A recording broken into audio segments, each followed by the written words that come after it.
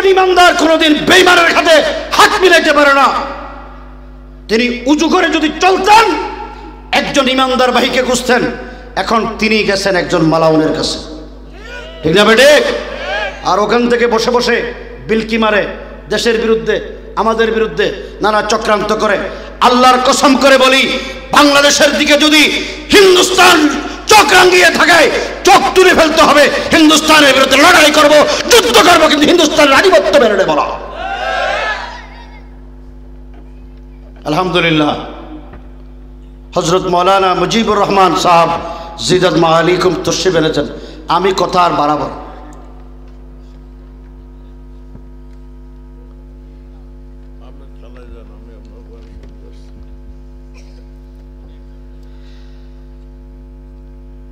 শুনেন, এই কথা শেষ করছি।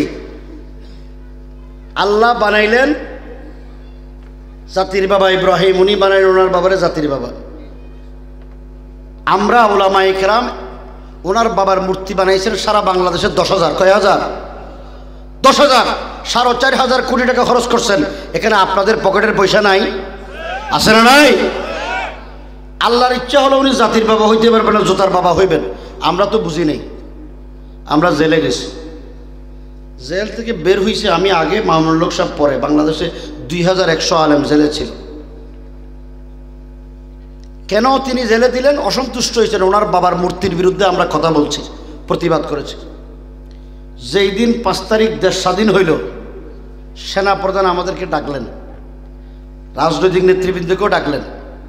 আমরা সেনা সদর দফতর থেকে বের হয়ে যখন প্রেসিডেন্টের কাছে যাই, আমাদের গাড়ি যখন ফার্ম গেটের আগে আসলো, দেখলাম এক বিশাল মূর্তি দক্ষিণমুখী হয়ে দাঁড়িয়ে আসে। আমাদের গাড়ি যখন কাছে আসছে, তখন দেখি এটা অন্য কারো মূর্তি নয়, এটা হলো জাতির বাবার মূর্তি। কাছে আসে দেখি জাতির বাবার গলা এত বড়, এত বড় মোটা মোটা রশি জাতির গলা বেঁধে রাখছে। কিছু যুবক ডানে টানে, কিছু যুবক বামে টানে।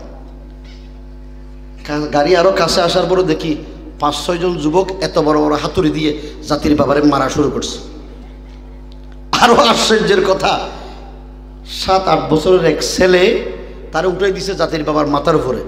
ওখান থেকে উঠে টপ টপ পেশাব করা শুরু করছে। আরো আশ্চর্য হলো, বিশাল এক জোতার মালা 14-15 জনের একটা বিশাল যুবক বাহিনী এনে জাতির বাবার গলায় পরাই দিছে। ঠিক না বেটি? ইজ্জত না বেইজ্জত? কেন? আল্লাহ বলেন, কুলিল্লাহুম্মা মালিকাল মুলক তুতিল মুলকা মান তাশা ওয়া তানজিউল মুলকা মিম্মান তাশা ওয়া তুইজ্জু মান তাশা ওয়া তুযিল্লু মান তাশা বিয়াদিকাল খায়র ইন্নাকা আলা কুল্লি শাইইন কাদির। ইজ্জত দেনে ওয়ালা কে? বেইজ্জত করনে ওয়ালা কে? ক্ষমতা দেনে ওয়ালা কে? ক্ষমতা পাওয়ার পর যদি দুনিয়াতে কোনো ব্যক্তি জুলুম করে, আল্লাহর আইনের বিরুদ্ধে আইন করে, ওই জালেমদেরকে আল্লাহ দুনিয়াতেও শাস্তি দেন, আখিরাতেও শাস্তি দেন। মূর্তি বানাইলে মূর্তিরও শাস্তি দেন। ঠিক না বেটে? আল্লাহ সৃষ্টি করলেন তারে, আল্লাহর আইনের বিরুদ্ধে তারা আইন করে। কি আইন? আপনারা বলেন। তাদের যুক্তি হলো, একই বাপের সন্তান ছেলে ও মেয়েও, একই বাপের সন্তান ছেলে ও মেয়েও, আল্লাহ বাপের সম্পত্তিতে মেয়েকে দিল 1 ভাগ, ছেলেকে দিল 2 ভাগ। তো আল্লাহ বেইনসাফ করেনি? নাউজুবিল্লাহ কর। তো তারা কি করবে? তাদের কথা হলো ইনসাফ করব। নারী এবং পুরুষ দুইজন যেহেতু একই মায়ের গর্ভ থেকে দুনিয়াতে এসেছে, একই বাপের সন্তান, সুতরাং দুইজনকে সমান সম্পত্তিতে সমান ভাগ দিতে হবে, নারী পুরুষের সমান অধিকার দিতে হবে। আচ্ছা, আপনারা বলেন, যে আল্লাহ নারী পুরুষ সৃষ্টি করলেন, নারীকে কয় ভাগ দিলে নারীর উপকার হবে, ইনসাফ হবে, ছেলেকে কয় ভাগ দিলে ছেলের জন্য ইনসাফ হবে, এটা আল্লাহ বেশি জানে না বাংলাদেশের মন্ত্রী এমপিরা বেশি জানে? আল্লাহ বেশি জানে না? এখন প্রশ্ন হলো, আল্লাহ নারীকে দিলেন 1 ভাগ, ছেলেকে দিলেন 2 ভাগ কেন? এই প্রশ্নের উত্তর দেওয়ার আগে হযরত বাংলাদেশে একজন বড় দার্শনিক আলেম ছিলেন, খতিব আজম হযরত মাওলানা সিদ্দিক আহমদ রহমতুল্লাহ আলাইহি। যখন স্বাধীনতার পরে 1982-83 সালে নারীর অধিকার, সমান অধিকারের দাবি উত্থাপন করেছিল, তখন খতিব আজম রহমতুল্লাহ আলাইহি বললেন, আমি হইলাম ভারত, বাংলাদেশ, পাকিস্তানের মধ্যে সবচেয়ে বয়োবৃদ্ধ আলেম। উলামায়ে কেরাম আমাকে মানে, আমি দায়িত্ব নিলাম আল্লাহ যে নারীকে 1 ভাগ দিল, ছেলেকে 2 ভাগ দিল, সেটাকে তোমাদের দাবি অনুযায়ী অর্ধেক অর্ধেক করব। তবে আমার একটা দাবি আছে। কি দাবি? আপনারা বলেন তো, দুনিয়াতে সন্তান ধারণ করে মা না বাবা? সন্তান দুনিয়াতে আনে কে? মা। হযরত খতিব আজম রহমতুল্লাহ আলাই বললেন, আজ থেকে নারী এবং পুরুষের সমান অধিকার। মা একা কেন 10 সন্তান, 7 সন্তান, 8 সন্তান দুনিয়াতে আনবে? মার জন্য বেইনসাফ হয় না একা কষ্ট করা? সুতরাং যেহেতু স্বামী স্ত্রী 2 জনে মিলে সংসার, সন্তান হলে 2 জনেরই, একজনে মা দাবি করে আমার সন্তান, বাবা দাবি করে আমার সন্তান, 2 জনের মিলে সন্তান যেহেতু, সুতরাং আজ থেকে একটা দাবি আমাদের তোমরা গ্রহণ করো। সেটা হলো, আজ থেকে যদি মা বাবার 10 সন্তান হয়, মা পেটে ধারণ করবে 5 জন, বাবা পেটে ধারণ করবে 5 জন। সম্ভব? কথা কন নাকি সম্ভব? হুজুর একটা কিসসা বলতেন, বলবো? এখন শীতকাল না গরমকাল?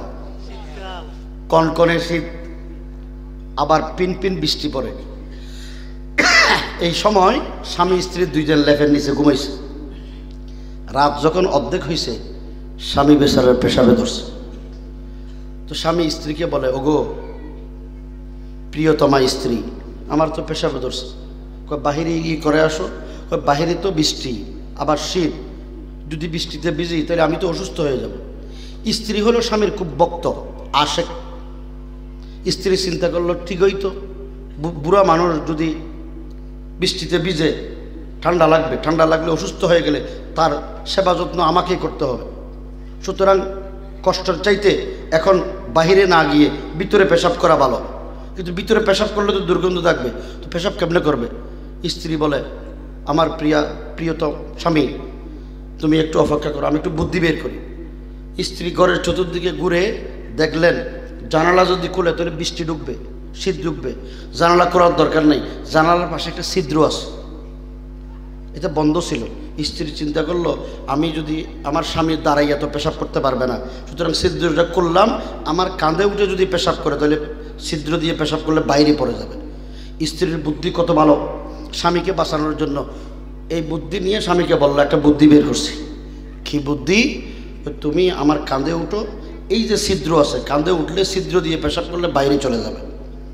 স্বামী বেচারা ঠিকই চিন্তা করলো, ঠিকই তো বুদ্ধিমান স্ত্রী। কাঁধে উঠছে, উঠার পরে যখন বন্দুকের নল দিয়ে পেশাব শুরু করছে, ভিতরে না বাইরে? মুরব্বীরা, যুবকরা বুঝে নেই, বাইরে না ভিতরে? পেশাব বাইরে চলে গেছে। রাত যখন 3 ভাগের শেষ ভাগ, স্ত্রী বেচারিরও পেশাব ধরছে। পেশাবে যখন ধরছে, স্বামীরে কয়, ওগো আমার তো পেশাবে ধরছে, বাইরে গিয়ে করে আসো। বাইরে খেলে করবো? আমি না তোমার কাঁধে নিয়ে পেশাব করাইছি? নারী পুরুষের সমান অধিকার। আমি তোমারে কাঁধে নিয়ে পেশাব করাইছি, তুমি আমারে কাঁধে নিয়ে পেশাব করাইবে। স্ত্রী বেঁকে বসছে। স্বামী বেচারা চিন্তা করলো, স্বামী স্ত্রীর 2 জনের মধুর সংসার, সে আমারে কাঁধে নিয়ে পেশাব করাইছে, এখন যদি আমি তার আবদার রক্ষা না করি তাহলে তো ঝগড়া লাগবে। ঝগড়া লাগলে তো গণ্ডগোল হইলে সংসার ভাঙবে। দরকার নাই, ঠিক আছে, নারী পুরুষের সমান অধিকার, তুমি আমারে কাঁধে নিয়ে পেশাব করাইছো, আসো আমি তোমার নিয়ে কাঁধে নিয়ে পেশাব করাই। ছিদ্রের পাশে গিয়ে বেচারিরে কাঁধে উঠাইছে। উঠানোর পর যখন পেশাব শুরু করছে, আগাগোড়া গোসল হয়ে গেছে। বলেন তো, সমান অধিকার সম্ভব? বলেন না জোর করে, সম্ভব? যারা নারী পুরুষের সমান অধিকারের কথা বলে, আল্লাহর কোরআনের আইনের বিরুদ্ধে আইন করতে চেয়েছে, এই সমস্ত পার্লামেন্টের এমপি, মন্ত্রীরা, সচিবরা হলো ইহুদি, খ্রিস্টান, হিন্দুত্ববাদের দালাল। তারা আল্লাহর কোরআনের বিরুদ্ধে আইন করে। এখন আসেন, আল্লাহ ছেলেকে দিল 2 ভাগ, মেয়েকে দিল 1 ভাগ কেন? শরীয়ত মতে একটা মেয়ে দুনিয়াতে ভূমিষ্ঠ হওয়ার পর বিবাহ দেওয়া পর্যন্ত তার যাবতীয় ভরণ পোষণের দায়িত্ব হলো বাবার। কার? বিবাহ দেওয়ার পর কার? স্বামীর। স্বামী মারা গেলে সন্তানের। 1 নম্বর হলো তার কোনো খরচ আছে? ভাগ পাইছে কয়টা? একটা। কয়টা? মোহরনা পাইছেনি স্বামী থেকে? ভাগ কয়টা হইল? দুইটা। স্বামী মারা গেলে সম্পত্তি পায়নি স্ত্রী, তো বাপ কয়টা হইল? তিনটা। খরচ কয়টা? একটাও নেই।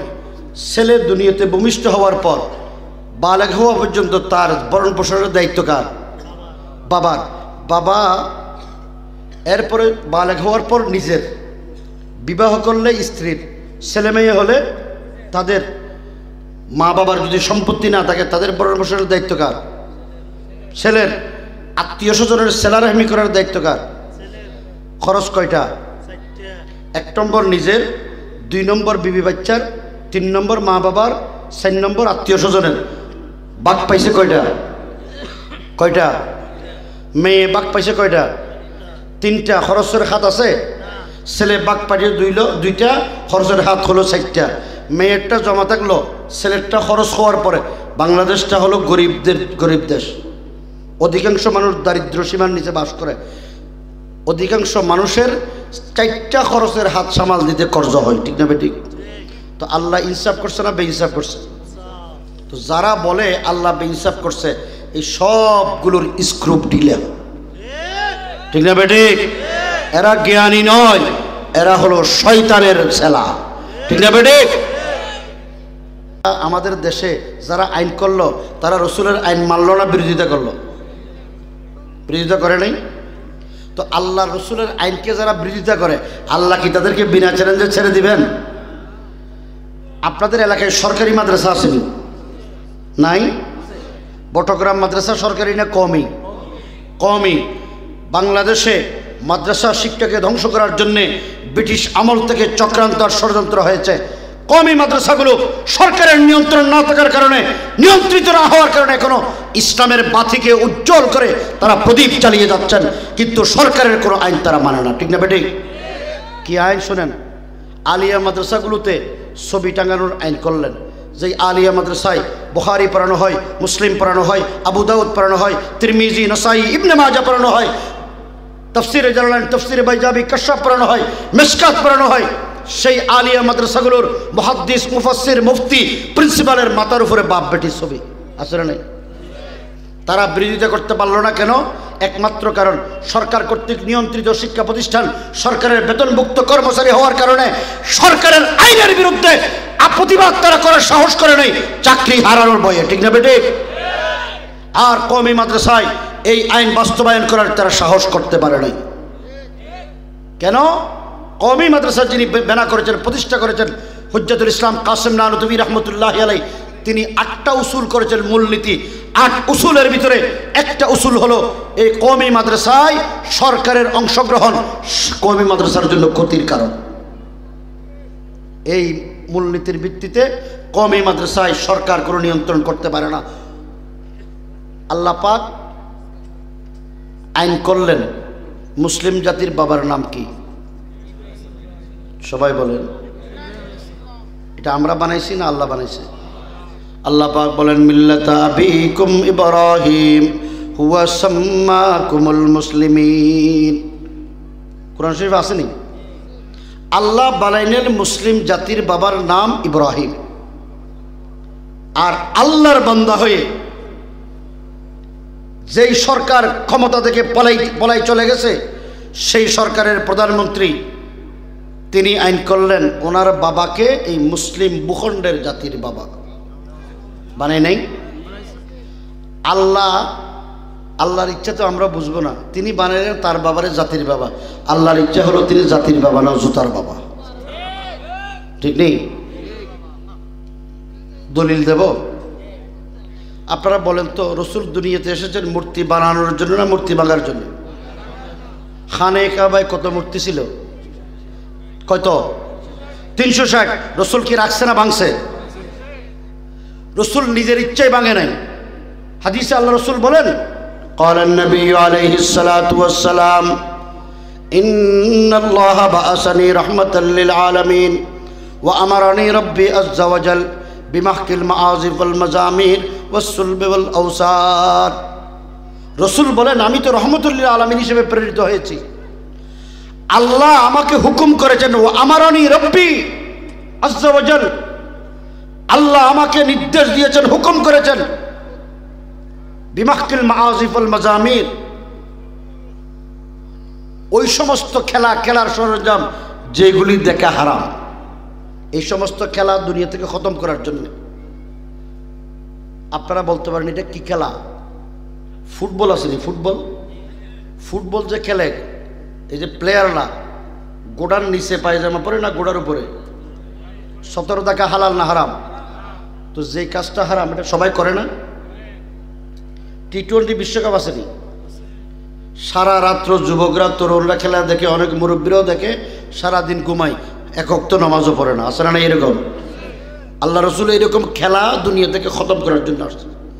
ওয়াল মাজামির, মাজামির বলা হয় এমন গান, ঢোল তবলা, যে গান ঢোল তবলার তালে তালে দর্শকরা নাচানাচি করে, ঘষাঘষি করে। আসেনি এদেশে? আগে শুনতাম ব্যান্ড শো, একজনে এরকম করে বাজাইতো আর দর্শকরা নাচানাচি চিৎকার দিত, ঠিক নেই? এখন বলে নতুন এটার নাম হচ্ছে ডিজে পার্টি।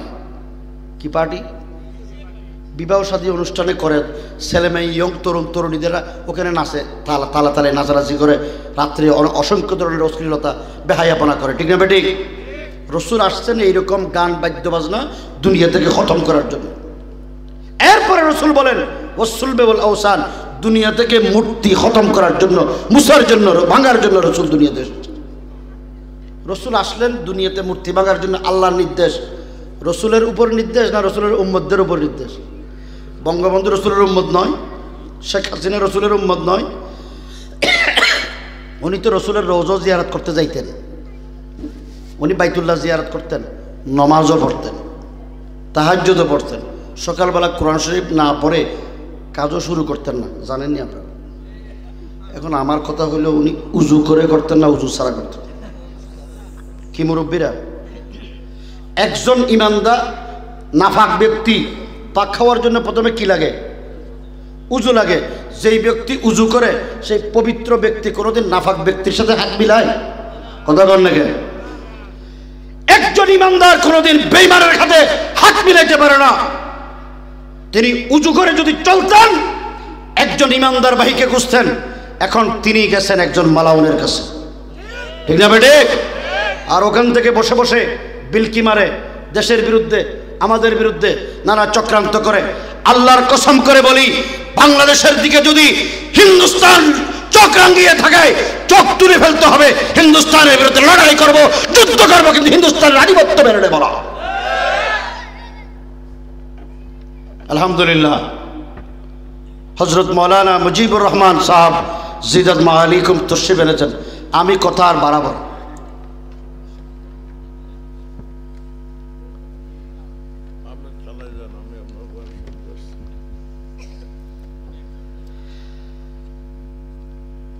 শুনেন, এই কথা শেষ করছি। আল্লাহ বানাইলেন জাতির বাবা ইব্রাহিম, উনি বানাইলেন ওনার বাবারে জাতির বাবা। আমরা উলামায়ে কেরাম ওনার বাবার মূর্তি বানাইছেন সারা বাংলাদেশের 10,000, কয় হাজার? 10,000, 4,500 কোটি টাকা খরচ করছেন। এখানে আপনাদের পকেটের পয়সা নাই? আছে না নাই? আল্লাহর ইচ্ছা হলো উনি জাতির বাবা হইতে পারবেন না, জোতার বাবা হইবেন। আমরা তো বুঝি নেই, আমরা জেলে গেছি। জেল থেকে বের হইছে আমি আগে, মামুনুল হক সাহেব পরে। বাংলাদেশে 2100 আলেম জেলে ছিল। কেন তিনি জেলে দিলেন? অসন্তুষ্ট হয়েছেন ওনার বাবার মূর্তির বিরুদ্ধে আমরা কথা বলছি, প্রতিবাদ করেছি।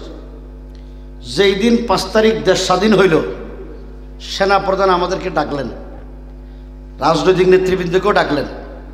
আমরা সেনা সদর দফতর থেকে বের হয়ে যখন প্রেসিডেন্টের কাছে যাই, আমাদের গাড়ি যখন ফার্ম গেটের আগে আসলো, দেখলাম এক বিশাল মূর্তি দক্ষিণমুখী হয়ে দাঁড়িয়ে আছে। আমাদের গাড়ি যখন কাছে আসছে, তখন দেখি এটা অন্য কারো মূর্তি নয়, এটা হলো জাতির বাবার মূর্তি। কাছে আসে দেখি জাতির বাবার গলা এত বড়, এত বড় মোটা মোটা রশি জাতির গলায় বেঁধে রাখছে। কিছু যুবক ডানে টানে, কিছু যুবক বামে টানে। গাড়ি আরো কাছে আসার পরে দেখি 5-6 জন যুবক এত বড় বড় হাতুড়ি দিয়ে জাতির বাবারে মারা শুরু করছে। আরো আশ্চর্যের কথা, 7-8 বছরের এক ছেলে তারা উঠে দিছে জাতির বাবার মাথার উপরে, ওখান থেকে উঠে টপ টপ পেশাব করা শুরু করছে।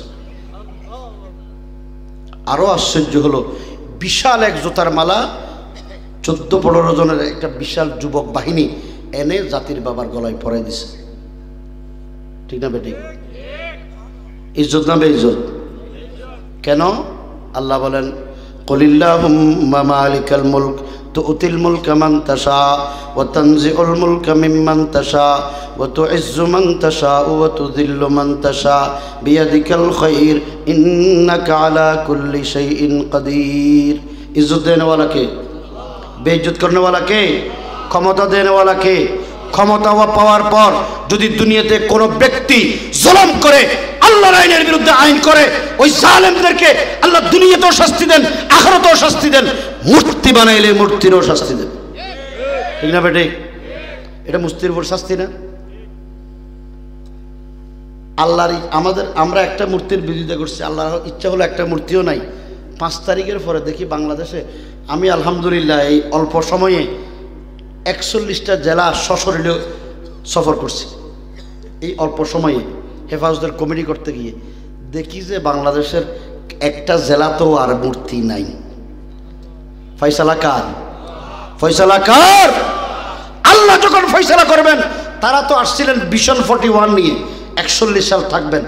আলেমদের সাথে আল্লাহর কসম করে বলি, উলামায়ে কেরামের সাথে বেয়াদবি করার কারণে আল্লাহর নবী বলেন, মান আদা লি ওয়ালিয়ান ফাকাদ আযানতুহু বিল হারব। যারা আল্লাহর নবীর ওয়ারিসদের সাথে, আলেমদের সাথে, নবীর উত্তরাধিকারীদের সাথে যদি বেয়াদবি করে, গাদ্দারি করে, তাদেরকে তিরস্কার করে, তাদের প্রতি যদি বিদ্বেষ পোষণ করে, আল্লাহ পাক তাদের বিরুদ্ধে যুদ্ধ ঘোষণা করে। তো আল্লাহ যদি যুদ্ধ ঘোষণা করে, বাঁচার শক্তি দুনিয়াতে কারো আছে? কোনো শক্তি বাঁচাইতে পারবে? তারা তো আজ এদেশের সব জনগণ মনে করছিল, আমরাও মনে করছিলাম, এদেরকে ক্ষমতা থেকে নামানোর শক্তি আর কারণে। ঠিক নেই? কিন্তু আল্লাহ পাক এমন বাহিনী পাঠাই দিলেন, যেই বাহিনী মানুষ কল্পনাও করে নাই, যারা বালেগ হয়নি। ঠিক না বেটি? এই আব্রাহা বাহিনীকে আবাবিল দিয়ে যেরকম ক্ষুদ্র দানা দিয়ে শেষ করেছেন, আল্লাহ বাংলাদেশের ছেলে মেয়েরা যাদের বয়স 12, 13, 14 বালেগ হয় নাই, ওই সমস্ত বেগুনা মাসুম সন্তানদেরকে রাস্তায় বের করে দিয়ে এই জগদ্দল পাথরের মতো একজন নব্য লেডি ফেরাউনের বাহিনীকে দুনিয়া থেকে খতম করেছেন। 1 সেকেন্ডেরও প্রয়োজন হয় না। ঠিক আছে বেটি? সুতরাং মনে রাখতে হবে, ক্ষমতা পাওয়ার পরে যারা অহংকারী হয়, মানুষের উপরে জুলুম করে, আল্লাহর আইনের বিরুদ্ধে আইন করে, আল্লাহ পাক তাদেরকে এইরকম শাস্তি দিয়ে দুনিয়াতে দৃষ্টান্ত স্থাপন করেন। আল্লাহ পাক আমাদের সবাইকে বুঝার, আমল করার তৌফিক দান করুন। আমিন। আসসালামু আলাইকুম ওয়া রাহমাতুল্লাহি ওয়া বারাকাতুহু। আলহামদুলিল্লাহ।